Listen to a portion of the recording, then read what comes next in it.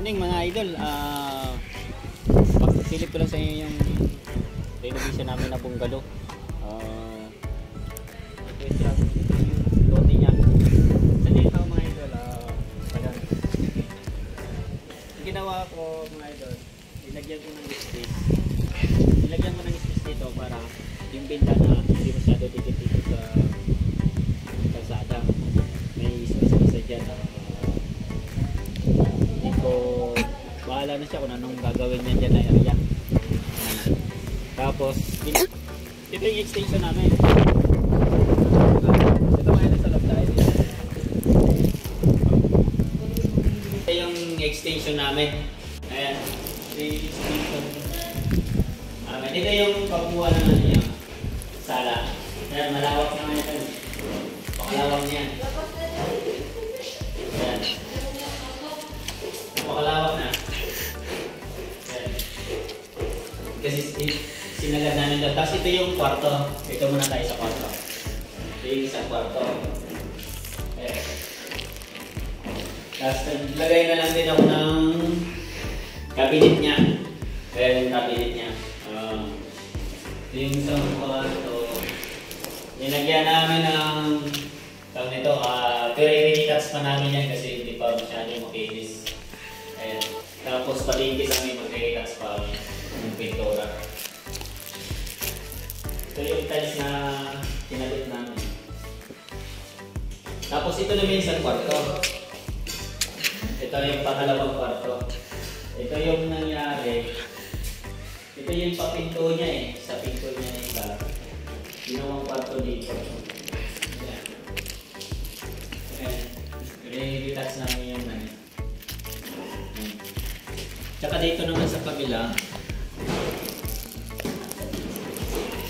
Ito yung pinto niya. Ayan. Doorknob na lang.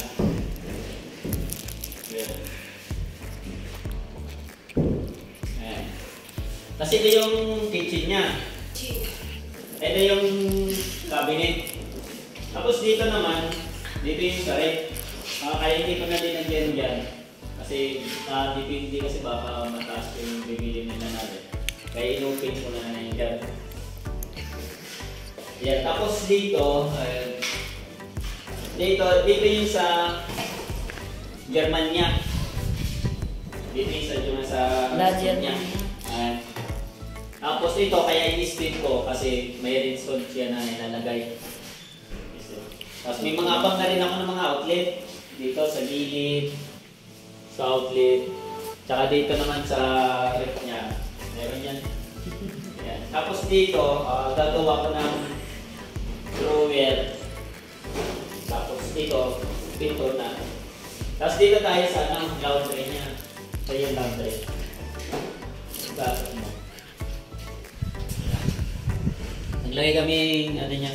Tapos clear lang na yero linagay namin para tagos ba yung araw.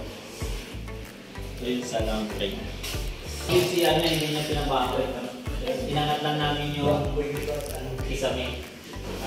Medyo maano pa kasi may nagawa. Dahil mga idol, malapit na kami matapos dito. Update ko kayo pag matapos na to. Kasi medyo marami pa na yung retouching na lang. Update ko kayo pag matapos na to. Kaya thank you mga idol. Huwag niyo pala kalimutan mag-subscribe sa YouTube channel ko. Sinsya na rin mga idol. Ngayon lang ako nakapag-update sa YouTube ko. Kasi video busy. Di ba tuloy-tuloy na tong upload ko. Makikita nyo na kung ano yung mga ginawa namin. Medyo natigil lang kasi yung na-busy. Medyo ako nakapag-upload.